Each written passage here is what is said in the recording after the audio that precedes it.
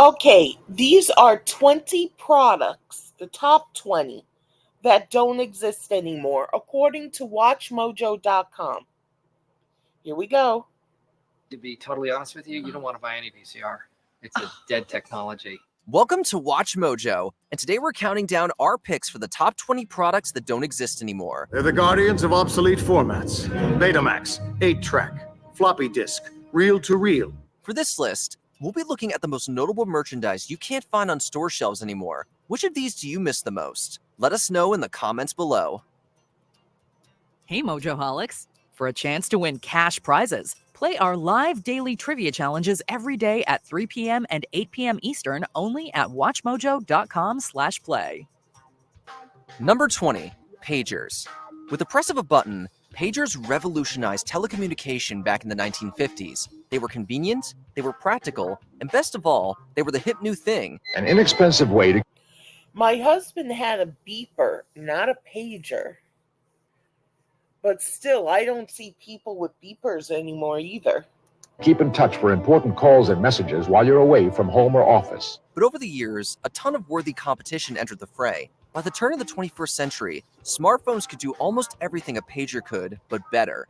So, we're going to reinvent the phone. They hung on for a few more years due to their increased reliability, but eventually, pagers just couldn't keep up with the feature-rich cell phones. By 2021, most paging service providers had shuttered for good, leaving this communicator an obsolete relic of the past. Can I ask you a question? Do you know if the hotel's pager friendly?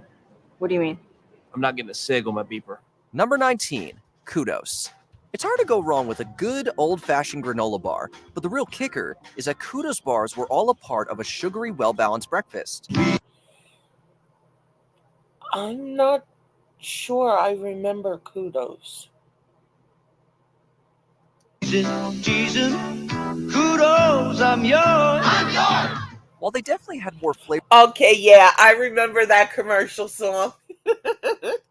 than nutrition, that didn't stop them from becoming a staple breakfast treat in the 80s and 90s. Electrifying, granola fire. Still, over time, their name recognition started to dwindle. Then in 2017, a comment on the company's Facebook page confirmed that Kudos bars were officially discontinued. Given the unceremonious nature of its goodbye, we aren't crossing our fingers for a relaunch anytime soon. But you gotta give it kudos for one thing, that theme song never gets old. Kudos, I'm yours, I'm yours.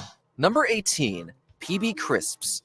Since their mascot is an actual peanut, it's safe to say Planters pretty much corners the market on all things nuts. As if to prove it, they entered the 90s by introducing a whole new way to enjoy their product. Enter PB Crisps, the so-called peanut butter with a crunch. The center's so sweet.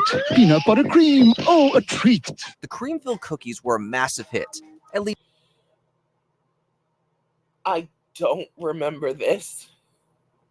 for the people who tried them. The crisp disappeared after just 3 years on shelves, with no official explanation as to why. That hasn't stopped people from talking about them, though. PB Crisps and new chocolate, yes, chocolate crisps from Planters. To this day, fans are still clamoring for a return of PB Crisps. There's even a website for it and everything. Number 17, fax machines. This kind of tech Fax machines are still used today. is an increasingly dying breed. At the very least, the fax machine can be proud of its near-century-long reign as the de facto office communicator. With Sharp's choice of fax machines, you can send documents in as little as 12 seconds to any place in the world you can phone. But there's a lot of alternatives to compete with these days, primarily email and the internet, both of which are much less cumbersome than a modern-day telecopier. Looking at all of that, it's clear that the fall of the fax machine is more of a matter of when, not if. Sure, it still has its uses in certain fields, but compared to what else is on the market, fax machines feel like they're on their last print. These guys ever heard of a damn fax machine? Number 16, Delia's Catalog. Even by today's standards, having the latest and greatest fashion trends sent right to your door is a pretty compelling offer. In the 90s, it was practically a must-have. Delia's Catalog presented itself as more of a magazine than of a store, and that novel approach gave it a chokehold on the decade's fashion sense. Because there was little to no Not a clue. competition in the teen market, Delia's was able to thrive. But since the novelty of catalog orders wore off, the brand was left without anything to stand on. Later, when online shopping officially took over, Delia's once famous catalog quietly went out of print. The company's product is still around today, just without the paper version or the brand recognition. With crop tops, corsets, lingerie-inspired pieces, and micro miniskirts, the Delia's today is a far cry from the tween-friendly brand it started at. Number 15, PDAs. For as cool as a personal digital assistant sounds, there's just no need for one anymore. Doris, the personal digital assistant from Sharp. Everything that made it unique in the 80s is now commonplace in basically any smart device on the market. Internet access, message. Heard of? Never saw one. Reminders, smartphones and computers do all of that, and so much more. The steady decline of PDA sales reflects as much. Just ask Apple. Their entire company almost went under after banking hard on the Apple Newton. Hey, Dolph, take a memo on your Newton. Beat up Martin. Bah! It also served as a cautionary tale for their competitors, most of whom have since abandoned their PDA lines. Fortunately, the tech went to good use, and several of those companies began manufacturing cell phones instead. Number 14, Netscape Navigator. This wasn't just a web browser, this was the web browser. It seemed as if nothing could stop the driving force on the web browser marketplace that was Netscape. Netscape Navigator's intuitive user interface helped popularize Again, no clue. internet use, and the company was rewarded for that with incredible word of mouth. But every industry needs some healthy competition, and soon enough, Microsoft entered the ring with Internet Explorer. Yes. Accompanied by PC bundles and an unprecedented marketing blitz, the new browser utterly destroyed Netscape's rule. In fact, Microsoft's launch was so aggressive, the US Court of Law officially called it an illegal monopoly. But by then, the damage was already done. Netscape Navigator never earned back its audience and officially went off the grid in 2008. Did you know you were still using Netscape Navigator? Number 13, Orbitz. On paper, this infamous drink doesn't sound too bad. It was non-carbonated, relatively healthy, and even had several different fruit flavors. Well, first off, we have vanilla orange. Again, no clue. However, the real issue had nothing to do with the drink's taste. It was that Orbitz wasn't fully liquid. See, the entire pitch is that Orbitz are small, gelatinous orbs that dissolve in your mouth. Everybody was picking it up, checking it out. As you can imagine, people didn't like having to eat their drink. Orbitz were reviewed poorly and sold even worse. To put it into perspective, they only lasted a single measly year into production before going AWOL. These days, the only place to find an Orbitz is from a collector. I really do wish Orbitz would come back, but knowing full well the capabilities of Clearly Canadian at the moment, it's not going to happen. Number 12, floppy disks. In 1996, there were I've seen them. Never had one. Never. I think I did have a computer that took floppy disks.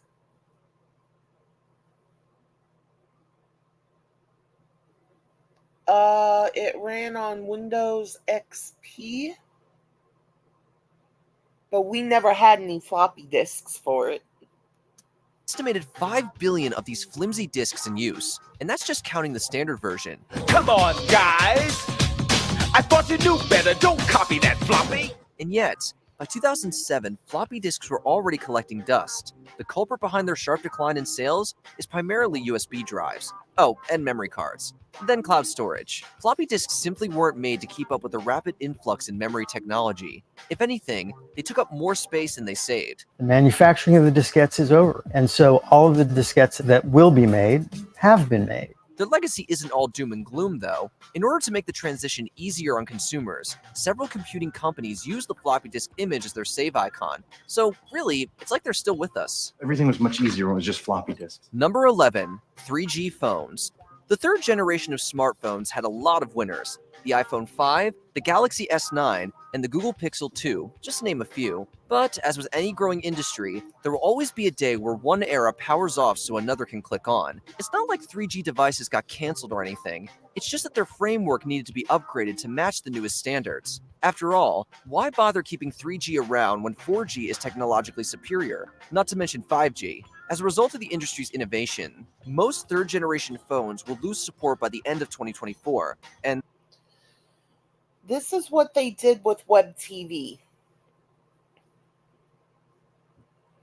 So many senior citizens loved web TV. And in the year it was on its last legs, they changed to Microsoft TV. And you had to update your web TV box to the Microsoft box in order to keep getting the web TV service.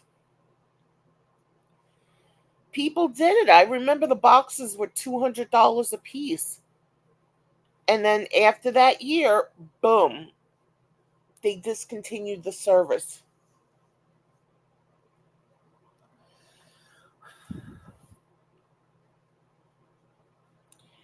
Manufacturers can be bastards. And that's if they haven't already. Number 10, answering machines. It's not really fair to say that answering machines don't exist anymore. Had one, it had a little micro cassette. Rather, they just don't sell as well as they used to, or really at all. Gotta change my answering machine now that I'm alone. It's tragic because their cousin, the voicemail, is still a very prevalent part of cellular communication, but the silver bullet of answering machines is that they're specifically tied to a person's home landline. Since those are quickly becoming extinct, the answering machine is going down with them. Believe it or not, George isn't at home. Please leave a message at the beep. Technically, you can still call any of them up and get the same voicemail-like message, but unless there's a major change in the market, answering machines are not long for the tech world. Believe it or not, I'm not home. Number 9, Kodak cameras. This Kodak moment ended in a camera flash. Even though they were the ones to develop the first self-contained digital camera, the company's higher-ups were extremely hesitant to shift their brand away from film rolls. The most accurate, realistic color in print film is here. That proved to be a fatal error, and by the time Kodak started playing catch-up, the digital market had already left them in the dust. Following a decade of rocky finances, the company officially filed for Chapter 11 bankruptcy in 2012. Once great company files for bankruptcy, and now they're trying to build with whatever you can. Thankfully, yeah, the only digital cameras I had were in phones.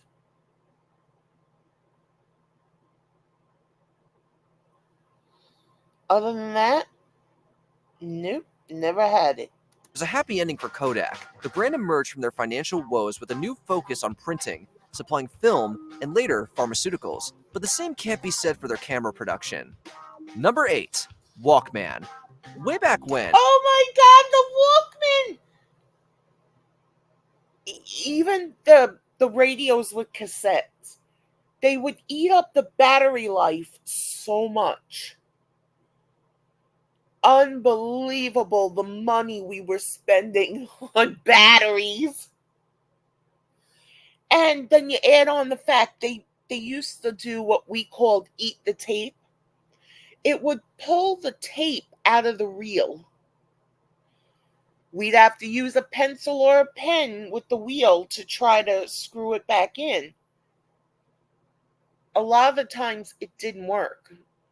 Same problem with VCRs. And Sony built a product based on the idea of cassettes on the go, and the industry hasn't been the same since. Sony introduces the only cassette player as small as a cassette case. The Walkman proved to be so absurdly popular, it became ubiquitous with the very concept of portable music. You just leave it all up to me. Including Sony's own Discman line. It's to the point that the word revolutionary doesn't feel like it does the Walkman justice. Discman, and again, battery eater. While it was inevitably overtaken by the rise of smartphones, this portable player still lives on as an iconic piece of 20th century pop culture. Sony introduces the only cassette player as small as a cassette case. The incredible sounding Super Walkman. Sure, it ended production in 2010, but with over 200 million units made, odds are the Walkman's legacy won't be forgotten anytime soon. Number 7, Tab. Surprisingly enough, the Coca-Cola Company's first ever diet drink wasn't actually Diet Coke. It was Tab, a sugarless soda marketed to... I remember Tab. It wasn't that bad. But to this day, I prefer cream soda, root beer, black cherry.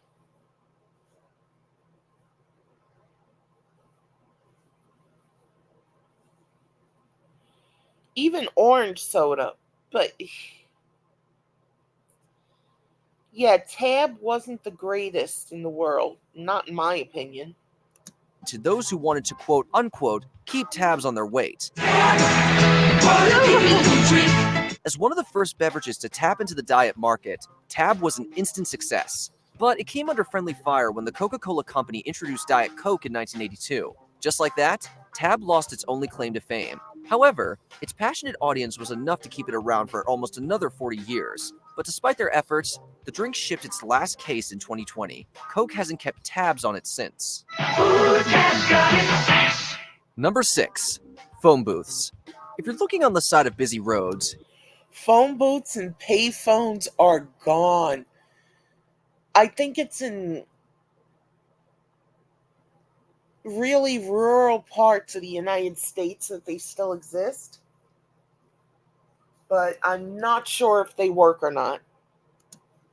You're more likely to find a Wi-Fi hotspot than a phone booth. Pull you back! Quite frankly, the change has been a long time coming. Ever since smartphones became the communication standard, payphones have been left in a dire place. As you can imagine, it's even worse for phone booths. Almost every single one in the United States has been torn up or converted, and that's getting off lucky compared to some other countries. Excuse me.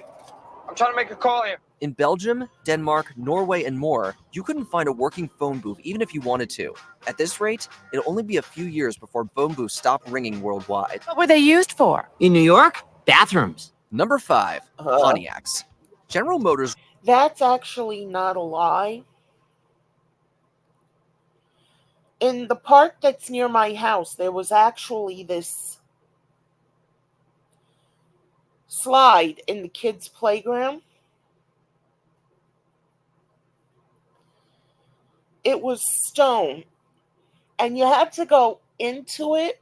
Like if you watch a series called From, those trees that transport you places, you had to walk into the slide like that. And there was a thin ladder like you find in apartment buildings going up to the roof. The broken beer bottles, the pee smell, sometimes there would be a load of crap in it. The park workers, the cleaners, could not keep up with it. And I have smelled phone booths like that too in my time. Revved up a lot of cars in the 20th century. So much so that they could afford to sell their Pontiac brands as less of a vehicle and more of a lifestyle. The 65 Pontiac GTO. It's the swingingest car. In the late 50s specifically, this type of car was a status symbol, but as the years went on, it became a symbol that people cared less and less about. Pontiac had restructured before to great success, and they might have been able to do it again if not for the economic crash of 2008. Up against intense financial pressure, GM gave Pontiac one last lap before retiring it for good in 2010. Pontiac, fuel for the soul. Number 4. BlackBerry phones. Before Android and iOS dominated this, I remember Kelly Clarkson being on the David Letterman show, and she said she can't live without her BlackBerry. I looked at my husband and I said, "What's a BlackBerry?" He said, "Oh, it's a new kind of phone." And I looked at him and I said, "A cell phone?" And he said, "Yeah." Funny thing is, my very first cell phone was a Samsung Freeform 2. It looked a lot like this, and I loved it. The pictures it took were great. Everything. What happened? T-Mobile decided it was obsolete and stopped covering it. I only paid, well, actually, I didn't pay anything for the phone because of the plan, but it would have been $20. And it was great. I loved it. I would rather have that phone than the stupid cell phone I have now. The cell phone space, there was a third contender in the ring. For much of the mid to late 2000s, Research in Motion's BlackBerry was the most popular smartphone brand in the US, and it wasn't close. Well, actually, there was 4, but Sony's Ericsson phones failed to put up much of a fight. BlackBerry, on the other hand, was a worthwhile rival during the 2000s. What do you call it? It's called a BlackBerry. Their name recognition was second to none, and they had the slick product to back it up, at least at first. Unfortunately, they couldn't evolve fast enough to match the ever-changing landscape. Introducing the new BlackBerry Classic with more power and control than ever before. As Android and iOS flourished into the 2010s, BlackBerry lost almost 3/4 of its sales numbers. Their last product came out in 2018, and no one's heard anything from them since. Number 3, VCR. Oh my God, the VCRs. I remember my aunt had a top-loading one. It had big colored buttons on it. We didn't actually get a VCR in here.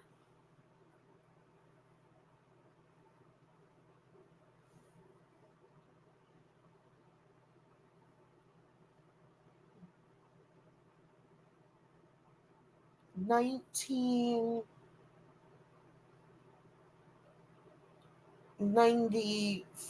$96. We were very, very late in getting one.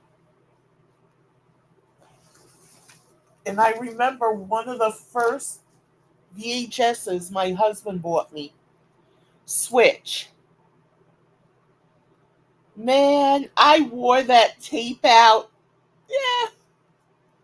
But I love that movie. Ellen Barkin, Jimmy Smits, Perry King. I think it's Jo Beth Williams, Lizette Anthony, Tony Roberts. Did I say Jimmy Smits? Whatever. Really funny movie. I love it till this day. You can call it appointment television for nothing. Muriel, you're missing your favorite show. For decades, if you wanted to watch something on TV, you had to be in the right place, at the right time, on the right channel. Then, out of nowhere, came the VCR. Suddenly, all it took was a handy VHS tape, and you could record anything on TV for future viewing. Suppose it's over 3 hours. Relax. Panasonic VHS tapes up to 4 hours of sports, movie specials on one cassette. It completely changed the game, and immediately everybody wanted in on the profit. In came DVDs, which were easier, cheaper, and more reliable than VHS tapes. When that sank, the need for video cassette players went with it. The very last VCR manufacturer ceased production in 2016. Have you ever heard of a VCR? No, I haven't. Number 2, MP. I have a DVD VCR combo. I haven't used it in so long, I don't remember how, but I still have the remote and everything else.